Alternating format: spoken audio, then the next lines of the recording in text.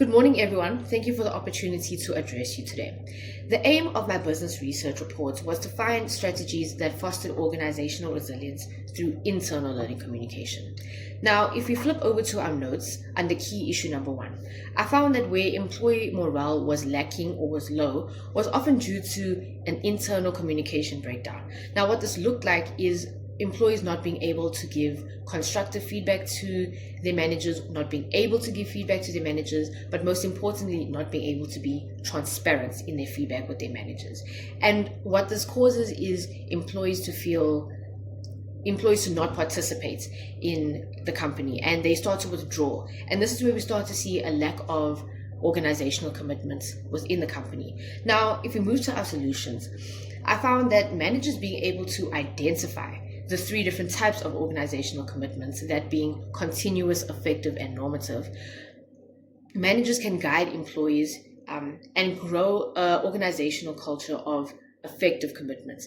Now, the reason why commitment is important and essential to building resilience within a company is because of the ever-changing nature of the business environments.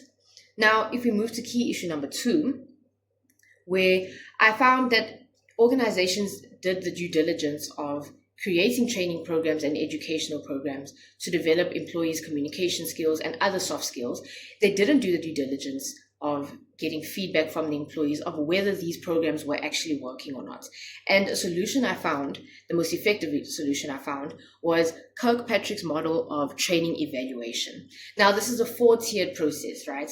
We look at level number 1, where we talk about how do participants feel about the training.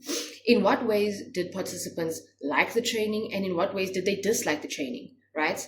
And in level number 2, we talk about what was learned. What skills, knowledge, and attitudes did employees learn from this training? And under this level, we also talk about what was not achieved with this training program. And then for level 3, we talk about how has this training been implemented. What is so important is to talk about if managers are seeing the outcomes of this training within the workplace. And level 4, where we talk about what are the final results of this training on the organizational performance, specifically what benefit is the company and employees deriving from these trainings. And that concludes my presentation. Thank you for your time and attention. I will now open the floor up to questions.